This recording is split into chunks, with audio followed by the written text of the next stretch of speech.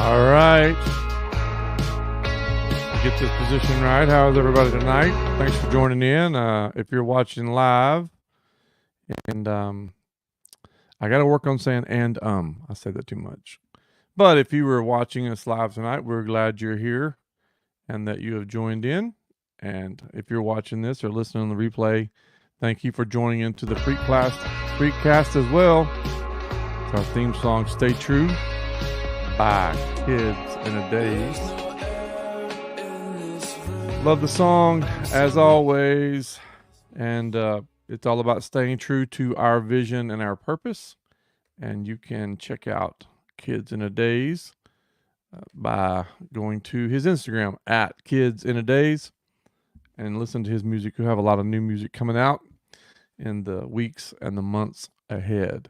Today is a big day for us and for me. We today celebrated, and I wanted to get this in here today. So if you're watching it live, then you're getting to watch as I celebrate 1 year, my 1 year birthday of my stem cell transplant. My immune system is now 1 year old. 1 year old. 1 year old. 1 year old. That's right. So I wanted to come on tonight and celebrate that. If you're listening to this later or watching this later, then obviously it's well, you're just watching later, I guess, right? So, but I wanted to do it live because this is a big day, big deal, big day, and I wanted to celebrate. And so we're going to celebrate the stem cell transplant that I had, and we'll talk to you about that. But first, let's do this right here. Let's do this.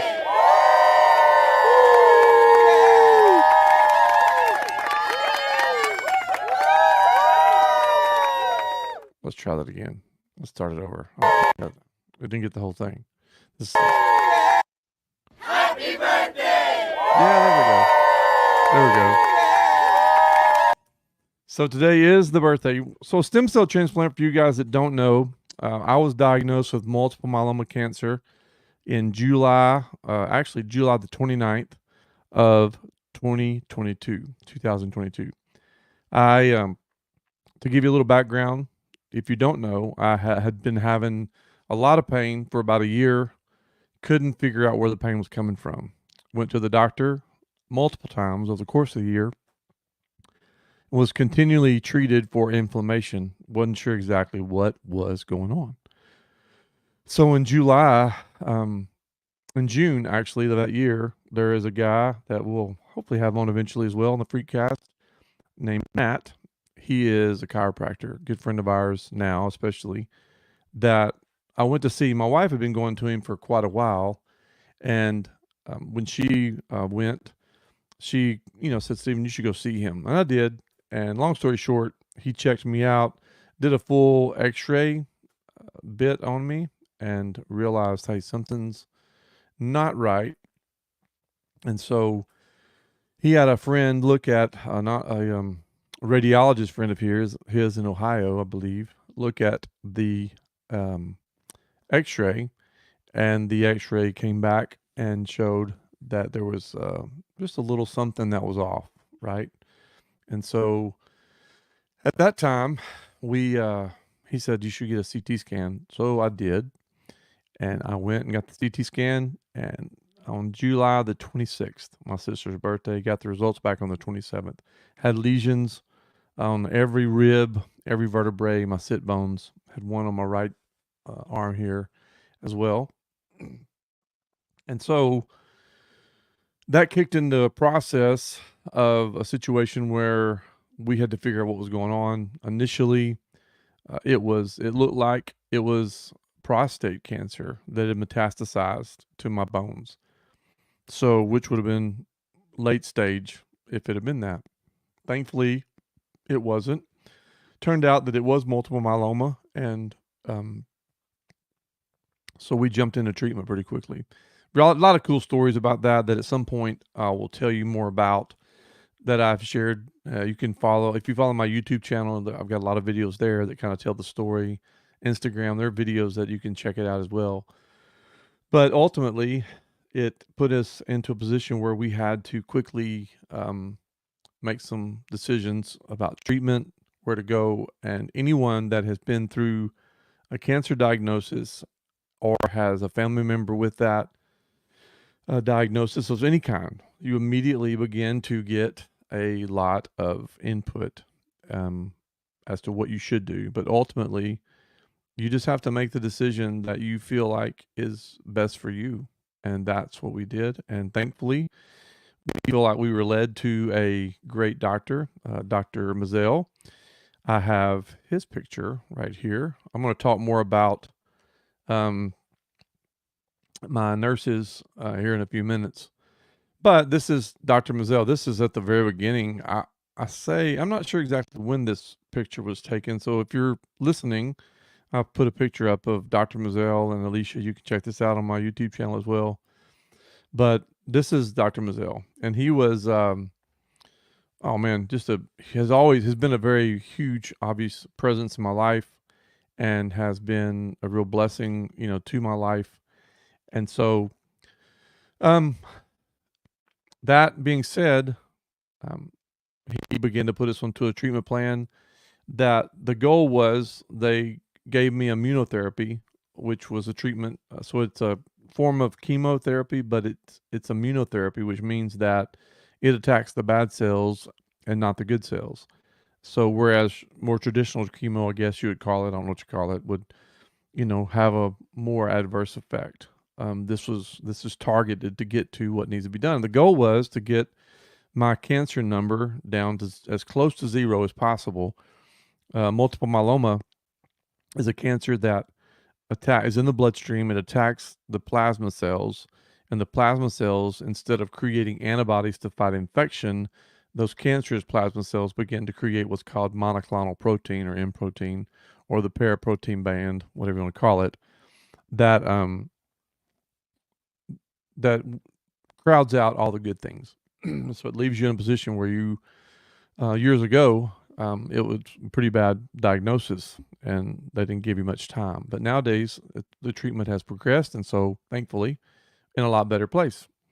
Ultimately, that led to the place where they wanted to get the numbers down to close to zero, where they could do the stem cell transplant, which is an amazing adventure, um, as well as a difficult adventure for anybody that's been through it or had a family member go through it. Then a stem cell transplant is quite a journey, because what they do is they give you a very high dose of chemotherapy. My friend Lacey, who was on a few weeks ago, had multiple doses of this chemo, and the goal is to wipe out your immune system that you have had your entire life, and then you get back your stem cells. In my case, it was an autologous stem cell transplant. Um, they also have a stem cell transplant where you can have stem cells donated to you, but thankfully I was able to use mine. So they harvested my stem cells, and as they harvested them, and then they gave them back to me. And so that's how um, the whole thing kind of went down. And so that happened in December. So on December the 27th of last year, I got the high dose chemotherapy. On December 28th, I checked into the hospital, and on December the 29th, I got my stem cells back. And so it's been quite a journey. But they say that, because understanding when they give you that chemotherapy, it wipes out like any immunizations you've had, any vaccines you've had. As far as defense that you have, it wipes out what you currently have that fights infection, that fights everything. So when you have that happen to you, at that point, you have no defense. And so that's why I was on the 7th floor of T. Boone Pickens Hospital here in Dallas at Baylor, which is an incredible floor.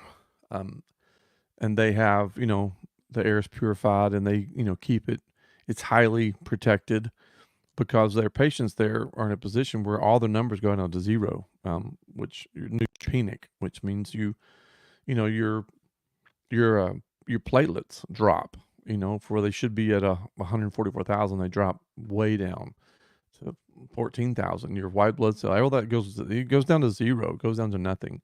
And so you have to, I had to have 1 unit of blood and 2 units of platelets. Some others people have had to have more than that. But that's part of the journey after the stem cell transplant. But on this day was when I got my stem cells back. And so it is my stem cell birthday. My immune system is now 1 year old. And they say that at about a year that it gets back up to almost full speed where it needs to be. And I feel great. My cancer number is 0, and I'm thankful to be where I am. And when I was in the hospital over a year ago, as I was laying there, I thought about how much I would loved the mountains and snow. And so we made the decision that if we can get past this thing and we can get to next year, let's try to go. Let's try to go to Colorado. And so we're doing that. And so we're not only doing that, but we also want to do something kind of special, which is a stem cell anniversary trips, and we're going to raise funds for people that have had stem cell transplants, and then we're going to send them on trips. Like our friend Lacey wants to go to Disney World, so on her anniversary, so we're going to work to raise the funds to get her and a friend, a family member, or whatever, to Disney World. We're going to begin to work that. I've got a friend named Leisha who had a stem cell transplant. Just something that these people can look forward to, because for me, it made a difference. Because the mental battle is a lot of the battle. So it's good for me, and it's a stretch, for us to pull this off, and it has been a stretch, but we're doing it, and we're leaving here in a few days. So if you want to help us, then you can help us. Ultimately, the goal is to help other people to be able to experience something like that, because you have no idea. As I begin to volunteer on the stem cell floor, I'm going to be able to meet people, and what I want to do is be able to tell these people, look, man, a year from now, I want to send you on a trip and want to celebrate, because when you're in that position, there's so many unknowns on that day. I remember on December 29th, I was scared to death, and I have a video that I put up today that kind of lined out, and it's on my Facebook page, but it kind of lined out the whole journey from the 27th to the 28th to the 29th, and it shows now my nurse on that day, the one that gave me my stem cells my stem cells back, was Kayla, and so she was the one that was there, and this was the day that I got my stem cells back. And her and Victoria, I believe, was the other girl's name that was helping her, were the ones that gave them back to me. And I remember it was just a weird feeling, of all the things that you should be uneasy about, getting those back is probably not it. I think it was more the fact of not knowing what was going to happen and how it was going to happen. I think not knowing exactly what I was going to experience was a big part of what I was feeling. But ultimately, it was the day that, I began my journey to where I am today. And so super grateful for that. So I want to get on here and celebrate, and celebrate with you guys and share a little bit about that journey, and just kind of share a little bit about moving into 2024, what we've got coming up, what we've got that's going to be happening moving forward. So if you're listening today, or watching with us live or watching the playback, just thank you for your prayers and your support.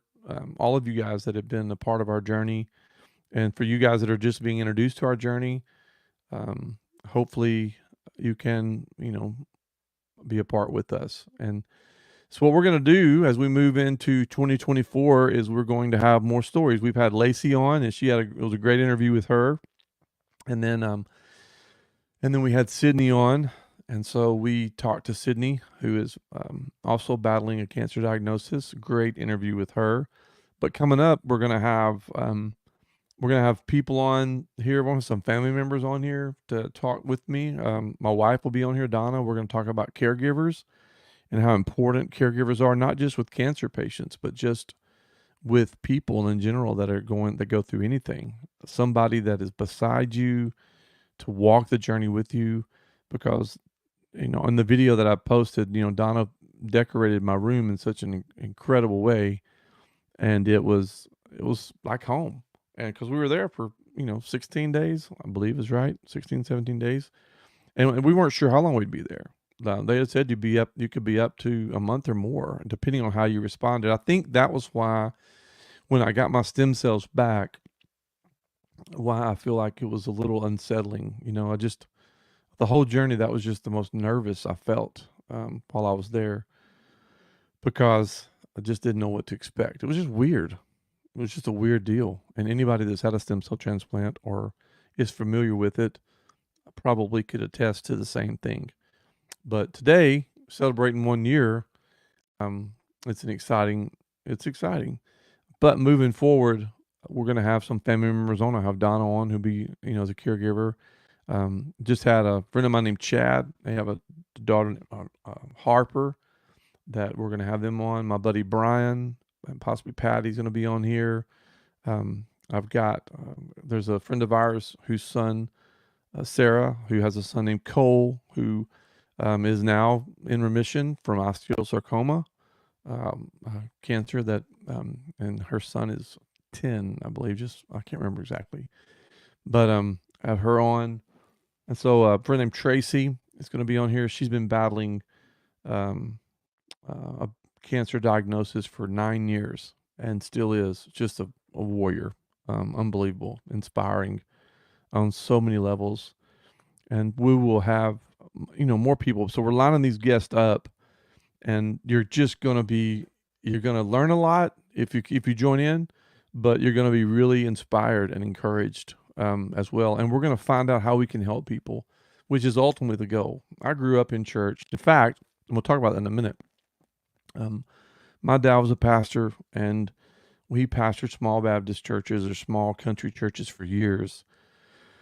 And I know that we do things that to help people in community, but I just want to be an advocate for multiple myeloma, which is going to be a big deal. I hope to have some people on here that will help us understand more about the disease and how we can help support the battle against it. And stem cell transplants are a big deal, obviously, to me. So I want to be an advocate for that, as we talked about. But I also want to be a platform that people can join on and be a part of. So I'm putting together a guest list, which will be extensive, and I'm planning on doing 2 or 3 of these a week. That's the goal. The holidays kind of slowed me down a little bit, but going into 2024, that is the goal. We want to do quite a few of these and build a platform that people can be a part of. And so, like tonight, I don't know how many's watching this. I don't know how many's watching live. I don't know how many will watch back. The point, I want as many people as possible, but see, that's not the point. The point is that you got to get started doing it, and that's where I'm at. And for me, that's a big deal because I've really drug my feet on this for years, but it just came to a point where I found StreamYard, which is a great format for me, and I'm beginning to learn how to do it. And so now we're just getting this thing going and believing that there's going to be an opportunity to help people, to inform people, and to give people a chance to support one another. So you can go back and look at Lacey's. You can see how you can support her. You can go back and look at Sydney's and see how you can support her. And then tonight, I'll talk to you how you can support us a little bit as we're moving forward, because this is a dream, so I'm going to be looking for sponsors and things like that to help us get this thing off the ground and to move forward. As I continue also to build my wedding business, which I've booked 5 weddings this week, and they're not this week, but in 2024, I got a few weddings booked in 2025. So that's the vision for 2024 moving forward. And the last 2 things I want to talk about, this is going to be kind of a short one tonight. And it's going to be a short podcast for you guys that are listening on Spotify. iTunes should be up pretty soon as well. But I want to talk to you about nurses. And one of my dreams for the coming year is there's several books that I want to write. And one of the books I want to write is about my nurses, because my daughter just graduated from nursing school. I should have put a picture up of her.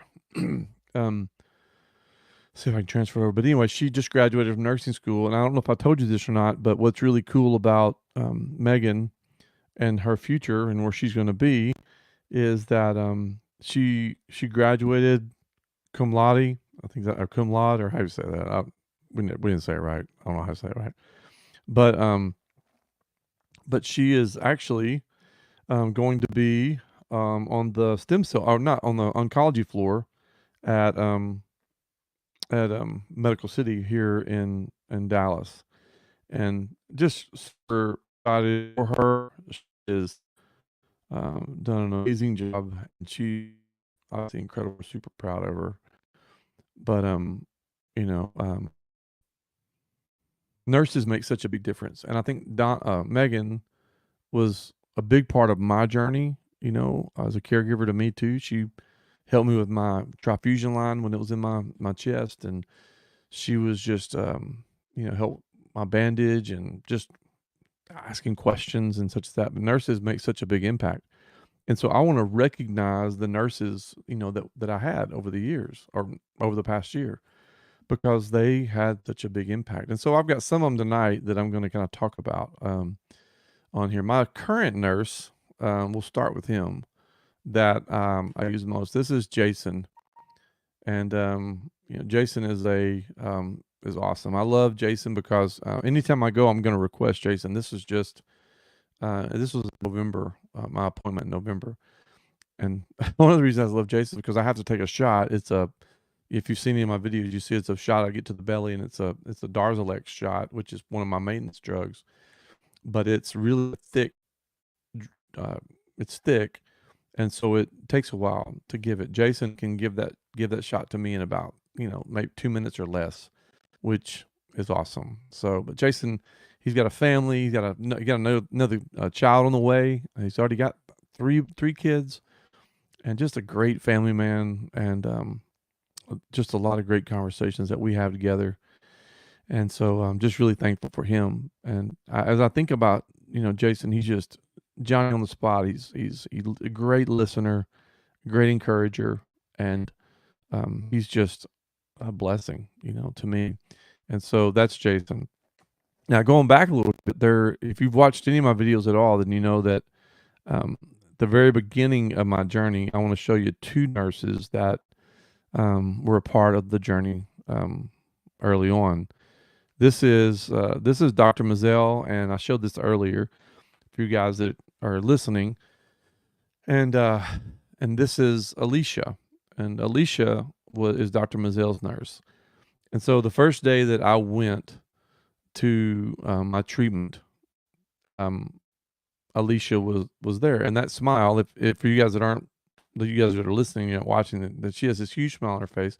Every time that I went into the office, she was just super positive, super encouraging. Of course, we'd go in, and initially when you go in, you don't really know what's happening. You don't know exactly what's going to happen. You're kind of lost, and she was so supportive. The first appointment that I had with Dr. Mazel on July the 29th, he did a bone marrow aspiration on me, and that's where they drilled through your lower part of your back here. I'm pointing to it so you can see it. But it was very, very, very, very painful. And so Alicia was there, and she said, "Squeeze my hand as tight as you need to." And of course I did. But I mean, every time I went, she was just, and Don and I went, she was hugs and positive and encouraging. And I just can't tell you what a difference that makes. I mean, if you have been through anything like this, then you know how important your nurses are. And so in my book, I'll write about her and just talk about how she impacted my life and what a blessing she is. She actually has kind of stepped away. I have a new nurse, Pascal, but she is getting her nurse practitioner's degree or whatever it is, and whatever it is. She's going to be a nurse practitioner. So she has stepped away for a while to do her rotations on that, but she will be back eventually, and I'll get to see her. But she made a huge impact in my life, and I'm very thankful, for her, because from day one, she was there. And then for every week, I went every week for 17, 18 weeks. Excuse me. But she was there, so I'm thankful for her. Then the next nurse I want to show you is one. If you follow my journey at all, then you know who this is. This is Molly. And the first treatment that I had I went, was getting the Darzalex. When they first gave it to you, they gave it to me as an infusion, and that infusion took about 4 hours because they had to titrate it, which they had to give it to you, give it to me slowly and kind of bump it up as they went along.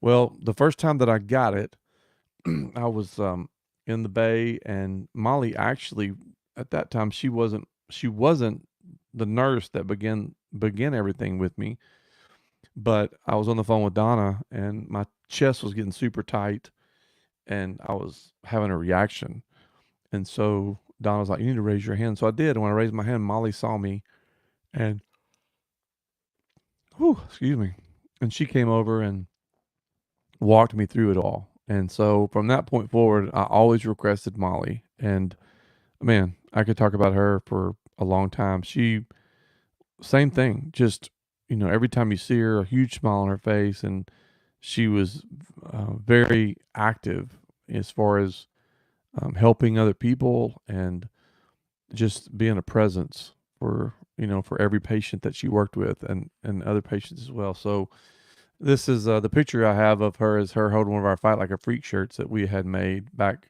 last year, and she just a blessing. So we follow each other on Instagram now, and she's no longer working at the infusion room. That's why I got Jason. But just a huge blessing, to my life, and just love her. And then this is Laura, and Laura was, if I couldn't get Molly, if Molly was somewhere else working, because they would kind of move her around to different areas, then Laura was there to give me my infusions. She's no longer there either. She's moved over to another hospital or to another area. But Laura was great.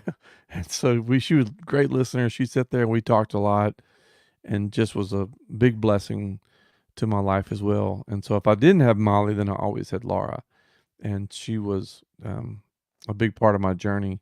And she has a little girl, and I think I'm about to check back on her. We follow each other on Instagram now too as well. But I think she's got having a. I think she had another child, or having one. I'm not sure, but she is a like same thing. Smile, laughing, encouraging. All the nurses up there were amazing. But I just had these are mine that I was blessed to have. And then finally, I want to show you one more nurse. I showed you Kayla a while ago, who gave me my stem cells back, and this is Curtis. And Curtis was my nurse in the stem cell floor for 9 days. When I found out that I could request him, then I did. He was just down to earth. He was very good at what he did, very honest, and I needed that in the stem cell that portion of my journey, because there was a lot of uncertainty. There was a lot of things that I didn't know exactly what was going to be happening. He's been on that floor for a long time, and man, he was absolutely amazing. Great Christian guy, believer as far as that's concerned, and faith based, and just brought me a book, and we just had a lot of great conversations, and we still stay in touch. And I've seen pictures of his boys and their trips together that they've taken, and such as that. And so it's been really cool to have him in my life too. A lot more I want to say about that, but like I said, this is going to be a book that I'm going to write, and every chapter of the book is going to be dedicated to a specific nurse, and we're going to just kind of honor them for what they do and for what they did for me, and for what they have done for a lot of other people too as well. So anyway, that's my just little glimpse into the whole as far as the nurses are concerned, and I wanted to share that with you. And then finally tonight, I spelled something wrong on that. Let me fix that. I spelled something wrong on my ticker. Let me fix it. I spelled that wrong. Let's fix that. And then let's put this here. So, where's it at? There it is. Okay. There we go. Put it back up. So, finally tonight, I just kind of want to talk about just healing, physical healing, emotional healing, spiritual healing, relational healing. And obviously, we're not going to get into all that. But for me, today was was an interesting day. One, because it's a year after the stem cell transplant, so it's a big deal. And as I've shared with you guys, and then secondly, my sister and I, we went down with our families. Don and I went with Braden and Megan. Um, Jordan and Caitlin couldn't go, and Dawson couldn't go, but we went and just hung out with with Dee Dee and Mamaw and Pepaw, and just spent some time in our hometown. And so we got down there, and had a great day. We got there on Tuesday. Is that right? Wednesday.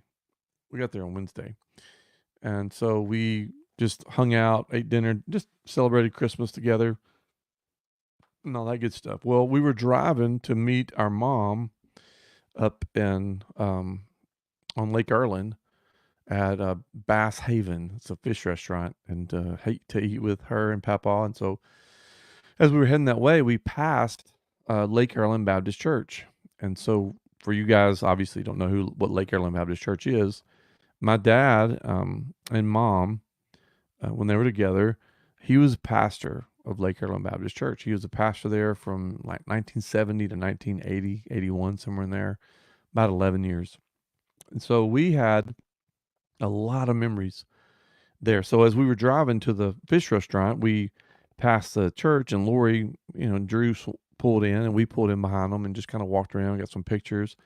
And I'd always wanted to go inside. I haven't been inside that church for years because I believe there's something healing, that takes place when you've looked at your past and you've recognized the things about it. I've been through a lot of counseling to just kind of work through issues and work through things, and still have issues, still have, things to deal with. But but for when you go back into a time, and that season of our life, there was a lot of joy, there's a lot of good things. That was a good experience as a child. And so we wanted to go in. I've always wanted to go into that church, and for a long time, every time I passed it, I've talked to Donna about it. So, long story short, this gentleman, while we were there taking some pictures, walked across from this house that was, beside the church, and kind of looking at us. And turns out that he had bought the church, but the church no longer exists. It's just a building, which, a lot of pictures, a lot of good stuff in that. But we can talk about later. But anyway, so he came over and said, "Hey, we'd love to get in there. And we're going to meet my mom, but could we come back tomorrow and get in?" He said, "Sure." So we came back today, and we did. He let us in, and I'm telling you, it brought back so many memories. In fact, the inside of it doesn't look much different than it did when we went there, other than the fact the pews were out and older and all that. But I'm telling y'all, something just really happened. Like I went and stood in the place where the pew was when I used to sit as a little boy, and I remember I would have these. I would make these little paper men, and I would play, and just I remember singing the specials with my friend Chris McDonald, and I remember his mom Linda playing the piano, and the baptistry and the mural that was in the baptistry was painted in 1980 by somebody named Becky, and I'm not sure who I'm not sure who Becky was, but anyway, that's neither here nor there. But just was emotional. There at the end, I just kind of sat there and looked, and I actually have this is a video that I took, and so for you guys that are watching, you can see this, but if you're listening, it's just a video of the inside of the church. But it was um let me turn the sound off. It was kind of just interesting. You see, if you guys that are looking at small, right? But for me, it was a big deal. When I'll stop right there. There's a place where the pulpit used to stand that you could see, but this angle that you're looking at, right there, that window, that's where the front pew was. It was just wasn't even a full pew. It was like a 3/4 pew, whatever. But that's where me and my mom and my sister would sit, and that was every Sunday. Um, Wednesday, whenever we were there, that's where we sit.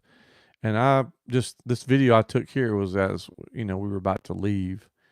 And I just kind of stood there and just kind of reflected, and honestly, cried a little bit because it's a big deal. There's a lot of emotions attached to things, and I think so often we don't deal with those emotions. We don't deal with that. And whether it's a cancer diagnosis or whether it's, a family crisis or it's something from our past, we tend to too often avoid um we avoid and we try to get away from. That's why, like with the cancer diagnosis, it's, people say, well, you're going to be fine. We don't know that. I mean, I know what I believe and I'm going to do everything I can to be fine. But you don't know that. Life is not about, a lot of the stuff we don't know. And so where faith comes in. And faith to believe that in the moment and as we're living, that we can experience, you know, grace and for me it's God's love and to be able to share that with people, to share hope with people. But but then on the other side of this life, what do you believe? I mean, when you have to look it in the face and you recognize when you have to, bury your dad, when you have to have those moments in life, which so many of you listening or watching have had, then, you have to deal with that stuff. It's just life. And so that was a powerful moment for me today. And I thought it was um, what's the word I'm looking for? I thought it was so interesting, I guess, that it was on my 1 year anniversary of the stem cell transplant. My dad was so supportive of me and of us through that journey, as when he was alive. But then thinking back to my childhood and thinking about to these good memories, these moments, and reflecting back, it's healing. It's not, you don't live there, you don't stay there, you don't just hang out in the past, but you deal with it. My wife Donna always says, and she learned this through some counseling that she went through, or something she read, where you deal with things from your past, and then you put them in a box, and you put that box on a shelf. Once you've dealt with it, um, and it may take some time. It may take a while. I mean, the person that was standing in that church today, me, that person standing in that church, they saw that so differently than the person even a year and a half would have seen that. But especially the person 20 years ago would have seen that. 20 years ago, that Stephen at whatever that was at 35, would have experienced that moment completely different than Stephen today, post cancer diagnosis, post stem cell transplant, and post a lot of counseling and just a lot of introspective healing. And so, back to the example, Donna says you put that stuff in a box and you put it on the shelf. And every now and then it's okay to take it down and look at it and see what was and see what you've been through and see what you've experienced and see what you've gone through. For me, what God has brought me through and what we have experienced healing wise in our life, emotionally, relationally, physically, spiritually. But then you put it back up there, and it's okay to look at it every now and then, but it's not okay to live there. And it's okay to pull it down and show other people, look, I've been through some stuff. I always tell people that, you don't tell people that you know how they feel unless you really know how they feel. That's why the people that helped me with the stem cell transplant were people that had been through stem cell transplants. I didn't want hypothetical ideas. I wanted to know what happened. I wanted to know what you experienced. But even then, everybody's experiences are different. And so you have to just trust that your journey and what you're going through is your journey and your story. It's like what you say, and it's like it says there at the bottom of the ticker, your story matters. Every story matters. And so anyway, I wanted to end with that tonight because that was a powerful moment. It was pertinent in my life. And it's crazy how that, when you're a child and you go back, of course, that was, gosh, 40 plus years ago. Isn't that nuts? That we were there in that moment. But nonetheless, I'm telling you, when I walked in that building, I could close my eyes and I could see it. I could see how it used to be. I could just go back in time and feel it and see it, you know? And so that's what is important. And I hope and believe and pray that that's what the Freakcast is going to be about. It's going to be about us telling our stories. And hopefully, even people that are telling their stories will find healing even as they share it, because there's something powerful about sharing your story. And hopefully, people that listen and watch and are a part of what we do, that they'll find hope and maybe an awareness and inspiration and healing too, and faith. Ultimately, that's it for me. I'll close with that. I came from a faith based family. I was born into a pastor's home, and we went to little country churches for years. In fact, I have this is one of I brought these books in here in with me, but there were things that the guy let us keep, and one of them was there's this old Heavenly Highways hymnal. These are the ones that we actually um, sang out of when I was a kid, and I would me when you grow up in a church like that, In fact, I've got this. They used to have uh fifth Saturday singings or whatever. But I've got this sign too. Look, you see it? Oh, what's that? Yeah. But it was a sign that says gospel singing Saturday at 6:30. They used to have these all the time. And so for me, I would they'd let me lead a song, and I always led 150. That was the number. 150, down on my knees, and I would love to lead that song. But I was able to pick up some things just like that, that were just from my history. But so I have that foundation in my life, and I'm thankful for that. I'm thankful that I was introduced to who God is, and and I'm thankful that I was introduced to who Jesus is and who He continues to be in my life. Because for me, that faith and believing that has made a big difference. And I know many of you listening and maybe watching, I've in the weddings that I do, we've all had experiences with organized religion that weren't pleasant. Um, they're just people, and people tell me that all the time, and that's true. But don't, um, but I've had to learn to realize that you, those are two different things.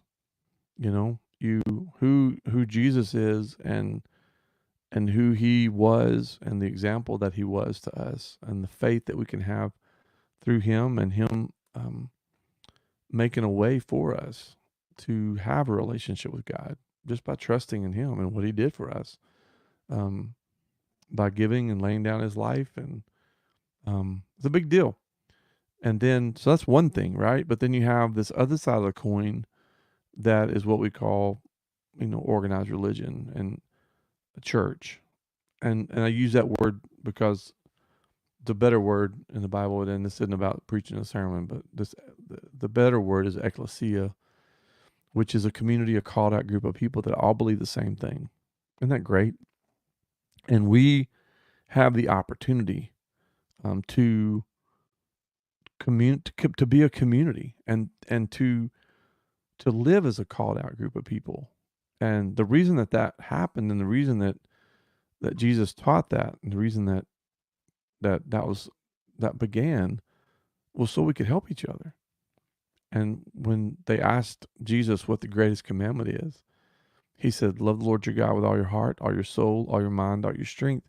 But then He said, "The second is like it, is love your neighbor as yourself." He said all the prophets and all the laws can be summed up in that statement: love God, love people. That's it.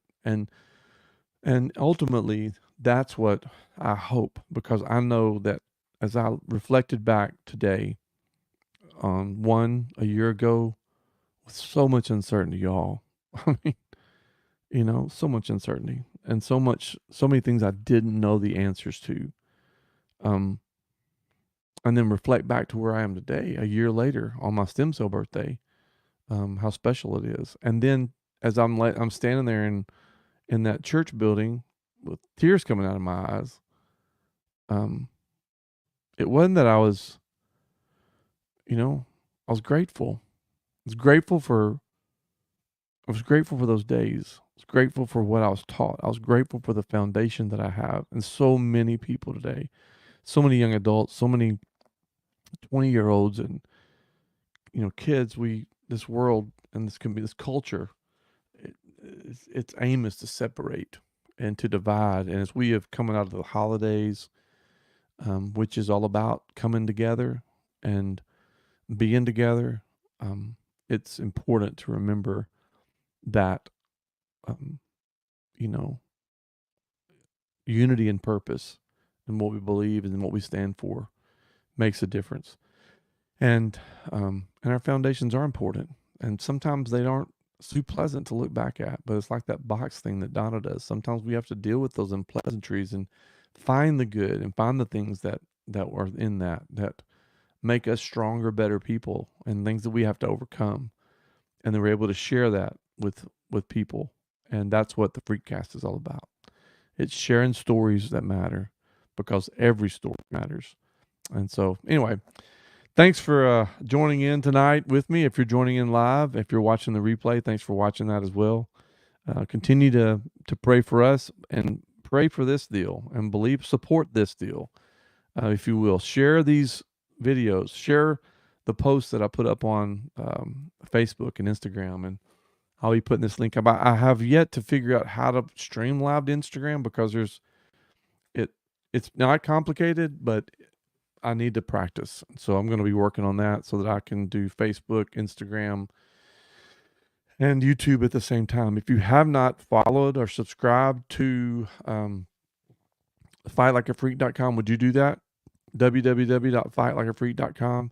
You can follow me on Instagram at StephenCarroll77, Twitter at StephenCarroll77, TikTok at StephenCarroll77, all those. And then obviously on Facebook as well.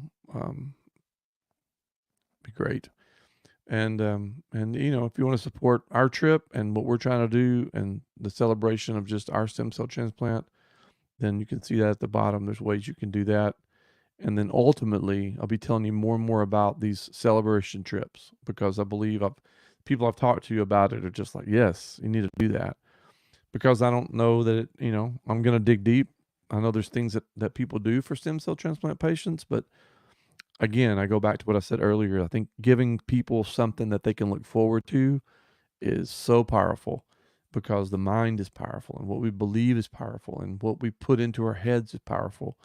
And so hopefully that will be an encouragement. So thank you for joining in tonight, and thank you for listening. If you're listening later on, thanks for following me on all the formats. Again, you can find the podcast or the Freakcast as a podcast on Spotify, and it will be up on iTunes as well. I'll post those here directly after we're done. And so share this with people if you will, and let's build a community of people that are fighting like a freak.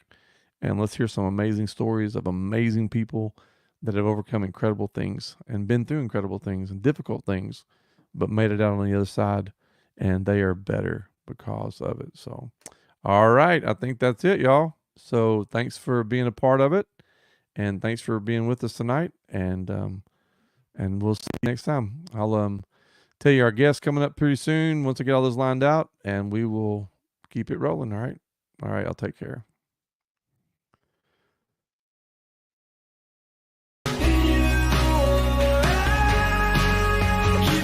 I'd like to end with this. God bless you guys. Talk to you later.